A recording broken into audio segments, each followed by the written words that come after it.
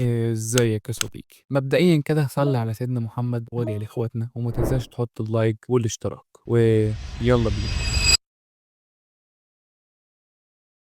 اسباب خيبة الامل. مبدئيا كده حلقة النهاردة هنكون صريحين شوية، هنتكلم عن ليه الاهلي خسر قدام بالميراس بنتيجة 2-0، وليه تعادل اصلا امام انتر ميامي، وليه حتى الان في الماتشين مسجلش ولا هدف، وحتى كان اداؤه كان سيء في مباراة بالميراس، وأداء كان نُص، نُص قدّام إنتر ميامي. فتعالوا النهارده نشوف إيه الأسباب اللي خلّت الأهلي يظهر بالشكل الباهت ده، وإنه يعني ما خرجش لسه من دور المجموعات، بس يعني نسبة تأهُّله ما تتخطاش 5% من وجهة نظري يعني. بس تعالوا نشوف إيه أسباب الأداء ده. مبدئيًا كده الأهلي كان عامل الميركاتو بتاعه، جاب بن شرقي من شهر 1، وكان جاب تريزيجيه، وجاب جراديشار ده في شهر 1، وجاب طبعًا أحمد رضا ويعني ولاعبين آخرين يعني، وجاب بلاش.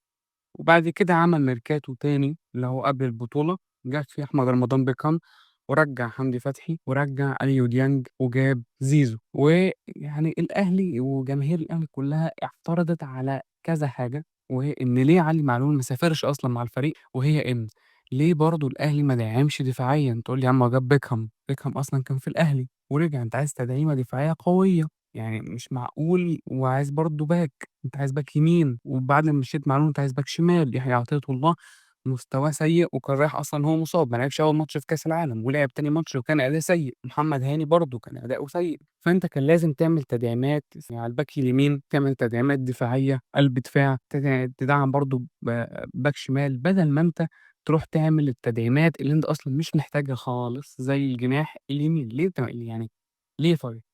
ماشي تريزيجيه أنا متفهم إن أنت عايزه مفيد ليك وبتاع، لكن أنا برضه مش يعني طب ليه زيزو؟ يعني كنت ممكن تجيب مثلًا جناح أفضل.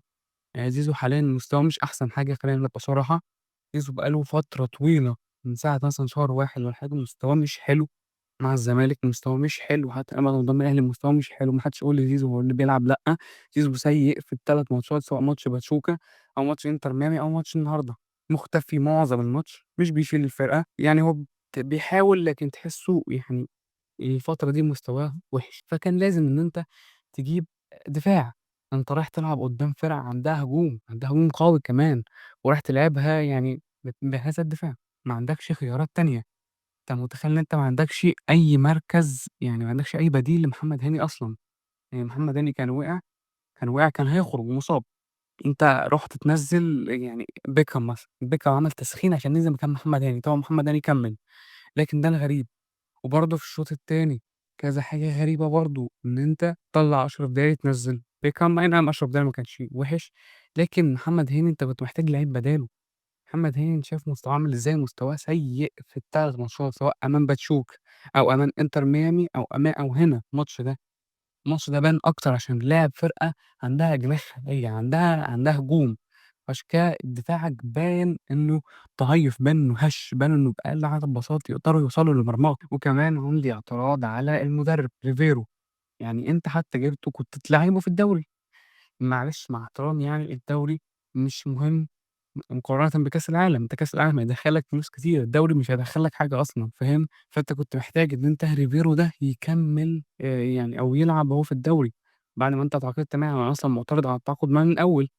مدرب ما عندوش CV، مدرب يعني هو مش صغير في السن كمان، مدرب ما عملش حاجة يعتبر يعني عمل الصراحة مع أورلاندو، لكن بس مش المدرب اللي يروح الأهلي، فاهم؟ مش المدرب اللي يقود الأهلي في كأس العالم. أنا من وجهة نظري كنت تكمّل مع عماد النحاس.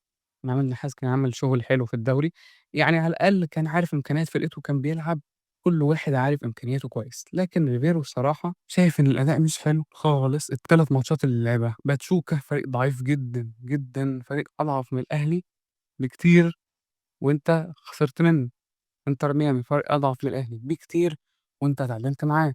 بالميراس فريق أقوى من الأهلي لكن خسّرك، كان في إيده إنه يخسّرك بنتيجة أكبر وأتقل، لولا إن هو مثلًا يعني وفّر جهده عشان عارف إن آخر ماتش برضه هيبقى قوي، وكلنا عارفين ده، وكان بيضيّع كتير كمان. أحب أقول لك إن الغلطة جات من كذا حاجة وأكترها من الإدارة، اللي التعاقدات فيها كانت يعني غريبة. محتاج تعاقدات دفاعية، أنت كنت محتاج تعاقدات على مستوى الباك اليمين والباك الشمال، تركّز أكتر على الدفاع، لكن ده ما حصلش، عملت تعاقدات على مستوى الأجنحة وأنت أصلًا عندك أجنحة كتير، أنت مش عايز أجنحة تانية، أنت عندك طاهر وعندك حسين الشحات، يعني أنا مش في مستواه، لكن أنا باتكلّم في عدد الأجنحة، عندك بن شرقي، عندك تريزيجيه، عندك لعيبة كتير تنفع تلعب أجنحة، وبرضه جايب زيزو مستواه مش أحسن حاجة، أنا مش معترض قد ما هو أنت كنت عايز برضه دفاع، أنت ما جبتش دفاع، أنا ما أعرفش ليه، حمدي فتحي بيلعب ماشي، أنا برضه ما أعرفش ليه ديانج ما بيلعبش، شُفت حمدي فتحي آخر ماتش كان مستواه سيء، سيء جدًا كمان، كنت محتاج ديانج في الماتش ده، ومحتاج قوة بدنية، لكن حمدي ما سدّش الصراحة في الماتش، وبس، ده كان بالنسبة لي الأخطاء، أي نعم الأهلي عنده فرصة إنه يعني يصعد، لكن أنا زي ما قُلت لك هي فرصة ضعيفة جدًا، فرصة ضئيلة جدًا، محتاج يكسب بورتو بفرق ما يقلّش عن هدفين، ومحتاج إن بالميراس يكسب إنتر ميامي، أي حاجة غير كده الأهلي برّه البطولة رسميًا، وده تفريط من لعيبة الأهلي،